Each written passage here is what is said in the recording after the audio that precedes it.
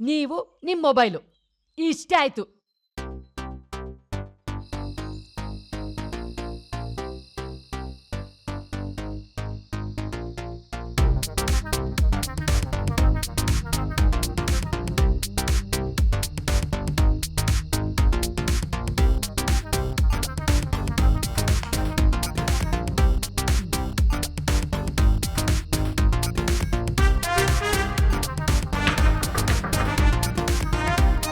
Suman,